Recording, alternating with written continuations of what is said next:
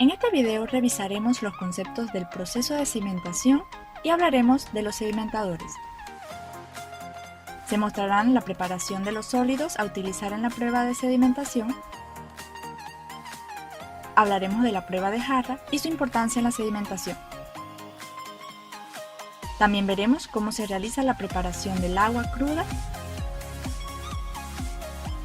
Y finalmente nos centraremos en el sedimentador convencional de alta tasa de placas planas, sus componentes, funcionamiento. Revisaremos su diseño y pondremos a prueba un diseño experimental.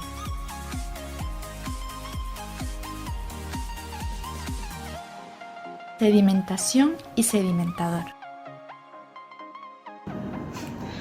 La sedimentación consiste en el depósito de los sólidos en superficies o en el fondo del sedimentador. Algunos dispositivos de sedimentación son los desarenadoras y los sedimentadores o decantadores. Los desarenadores remueven partículas en ciertos diámetros y pesos específicos altos, mientras que los sedimentadores son utilizados para varios tipos de partículas.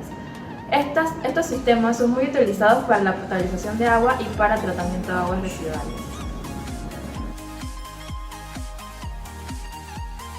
Preparación de los sólidos. El agua que entra a la potabilizadora contiene partículas que son arrastradas por la corriente del río. Para simular estas partículas, fue necesario preparar agua sintética con sólidos, en este caso suelo.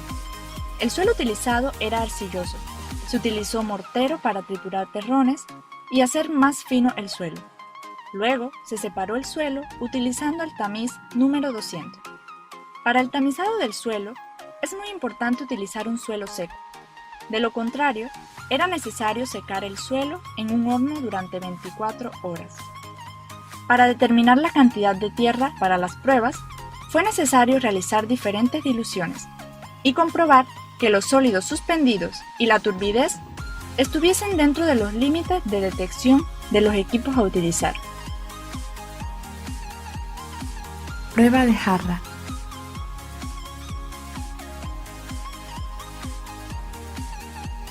La prueba de jarra es necesaria para obtener la dosis más adecuada de coagulante a utilizar en el sistema.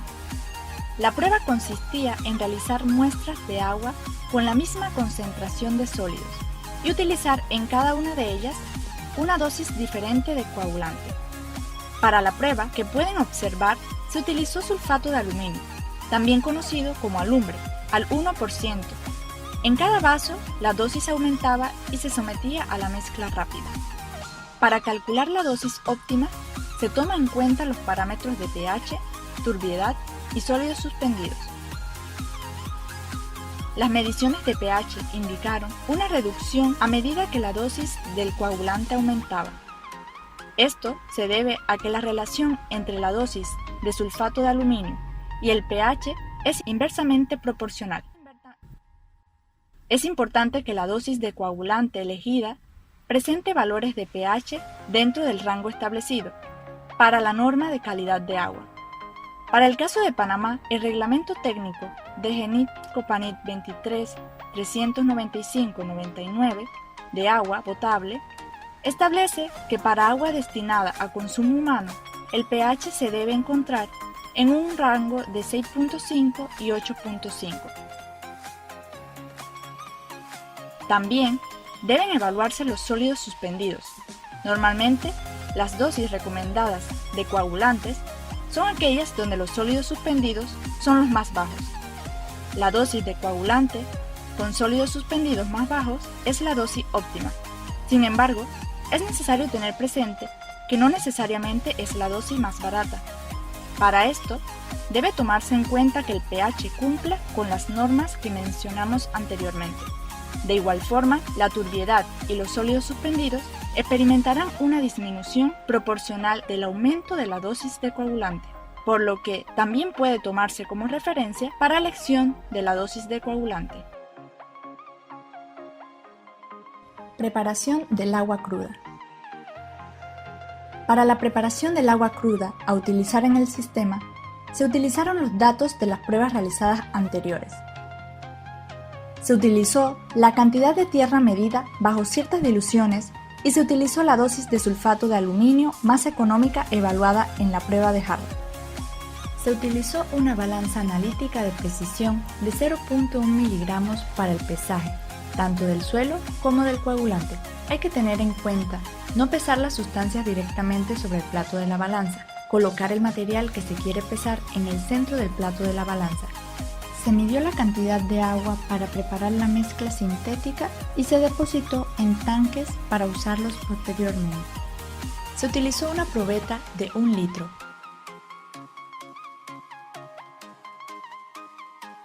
Sedimentador convencional de alta tasa de placas planas.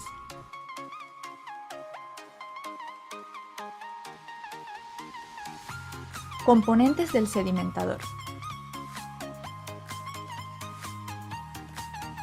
El agua pasa del floculador al sedimentador a través de la entrada.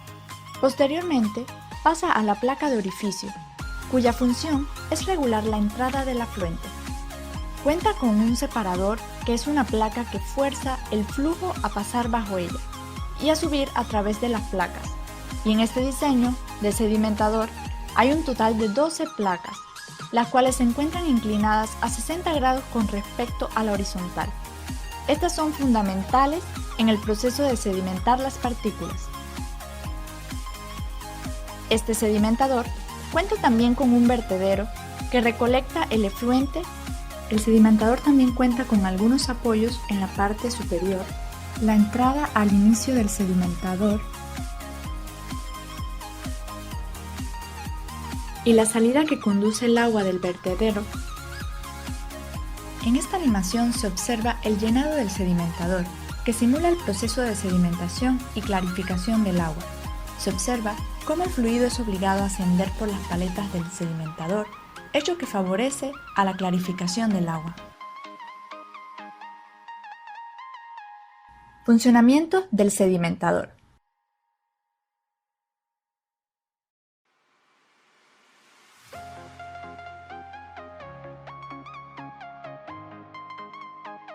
El sedimentador de placa plana cuenta con una zona de entrada en la cual el agua que ingresa cambia su flujo de turbulento a laminar en la cámara de rompepresión. El agua que entra al sedimentador proviene del floculador, por lo que este afluente trae consigo flóculos formados que por el aumento de su densidad sedimentarán con mayor facilidad. Al atravesar la placa de orificios, los sólidos suspendidos en el agua se distribuyen homogéneamente dentro del sedimentador.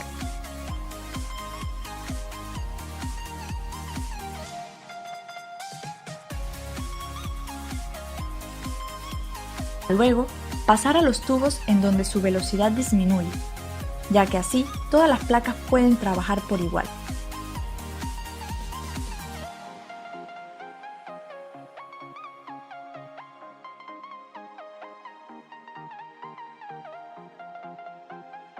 A continuación, el flujo entra a la zona de sedimentación, donde el agua se ve obligada a distribuirse por debajo de la placa separadora, y de esta forma, los sólidos ascienden por las placas inclinadas. En este punto ya inicia el proceso de sedimentación, pero este se ve incrementado cuando las partículas sólidas chocan con las placas inclinadas, algunas quedando retenidas en las placas y otras sedimentando en esta zona.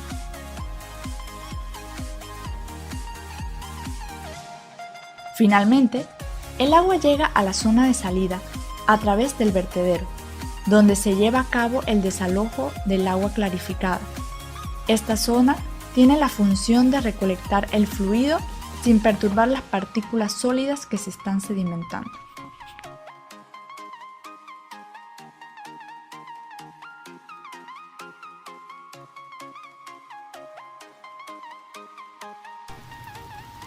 Prueba del sedimentador.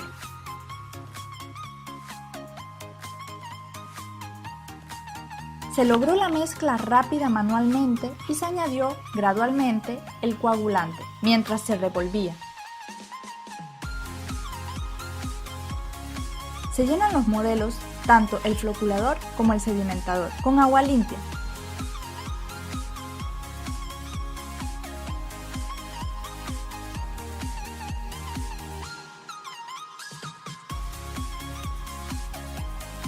Una vez obtenida la mezcla sintética, se extrae con la bomba y se inyecta en el floculador, donde inicia el tratamiento. En la entrada de este se puede apreciar cómo el flujo se va desplazando por el sistema.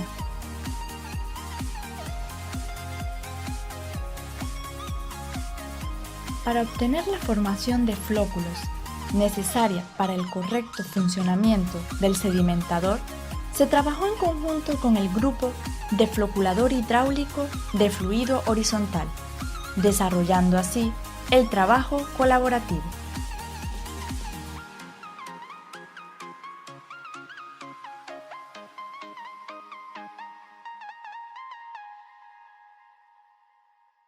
Para llevar a cabo el proceso de sedimentación, fue necesario la utilización del floculador y así formar flóculos, que consisten en una aglomeración de partículas formadas tras la adición del coagulante. Esto ocasiona que aumenten el tamaño y adquieran mayor densidad, lo que facilita posteriormente su sedimentación.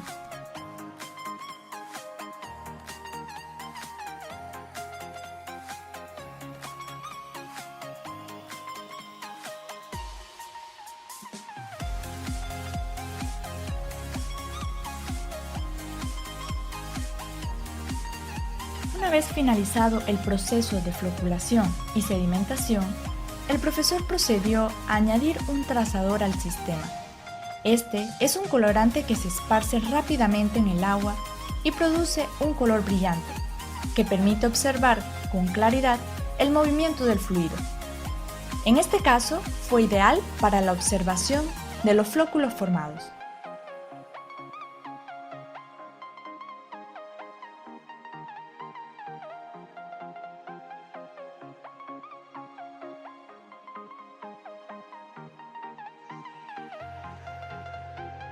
Los trazadores no están limitados a su utilización en la coloración de fluidos, sino que pueden utilizarse también en diversidad de análisis de laboratorio, como por ejemplo el estudio de materiales biológicos.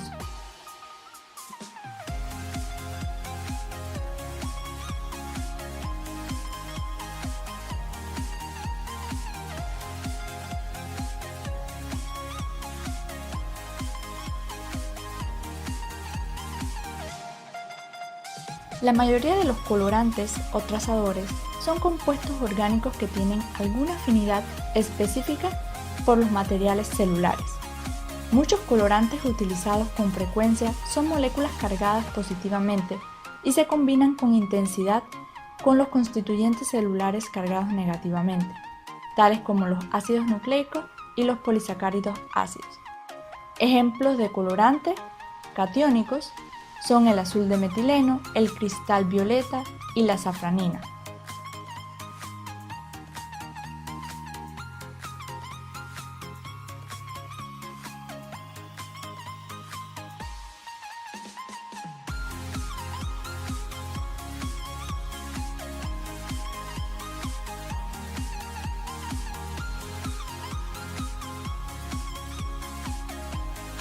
Al final del proceso, se puede observar las formaciones de flóculos adheridas a las paredes del sedimentador, en las placas y sedimentados en la zona de sedimentación.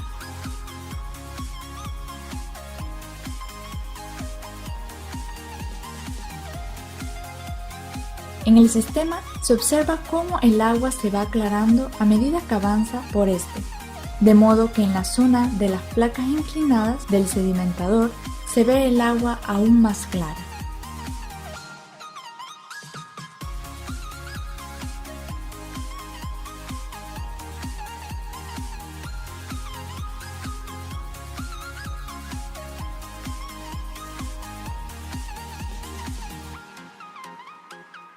Medición de sólidos suspendidos.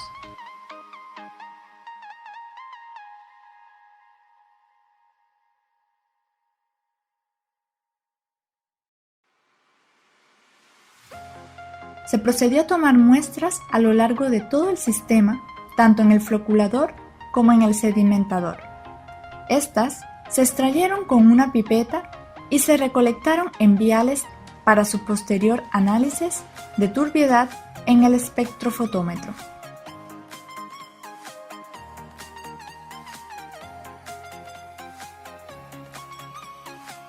Las mediciones se realizaron en periodos de 10 a 15 minutos para detectar los sólidos en la entrada y en la salida y poder entender el comportamiento del sistema. Para ello, se utiliza la espectrofotometría, que es una de las técnicas experimentales más utilizadas en la detección específica de moléculas. Se caracteriza por su precisión, sensibilidad y su aplicabilidad a moléculas de distinta naturaleza.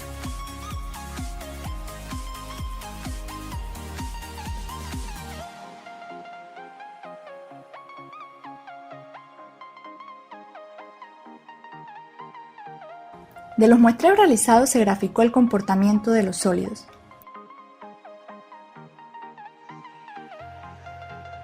En la entrada se ve una primera etapa donde los sólidos aumentan progresivamente.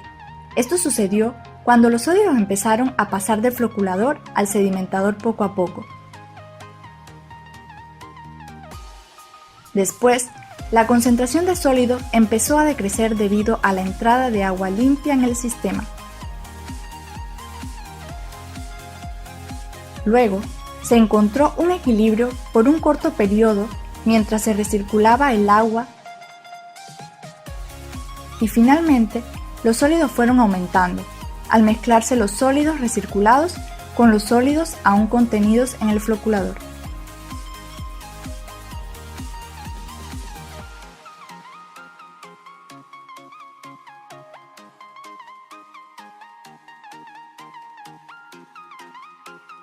En la salida, el comportamiento fue parecido.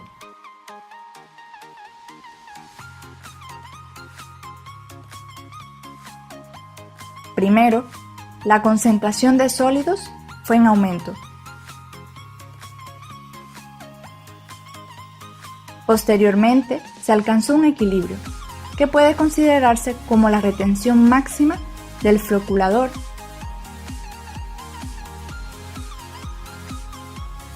Y luego, los sólidos decrecieron debido a la desconexión del sistema.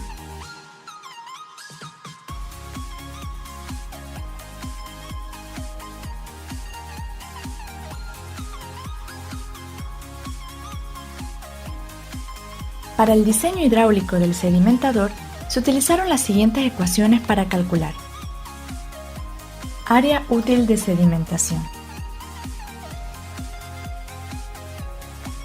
velocidad promedio,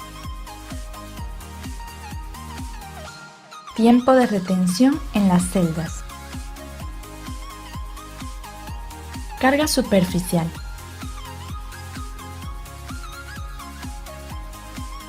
número de Reynolds, velocidad crítica de asentamiento, longitud relativa efectiva de sedimentación,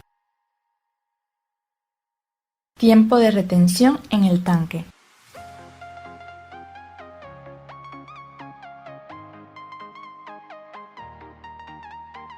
Gracias a la elaboración de este proyecto y las diversas actividades realizadas para obtener los resultados del mismo, se pudo reforzar de manera práctica los conocimientos adquiridos de manera teórica en este y cursos anteriores afines con este tema. Se recomienda, por tanto, a la universidad que continúe apoyando la realización de este tipo de laboratorios, especialmente en la carrera de Ingeniería Ambiental, con un enfoque al tratamiento de aguas.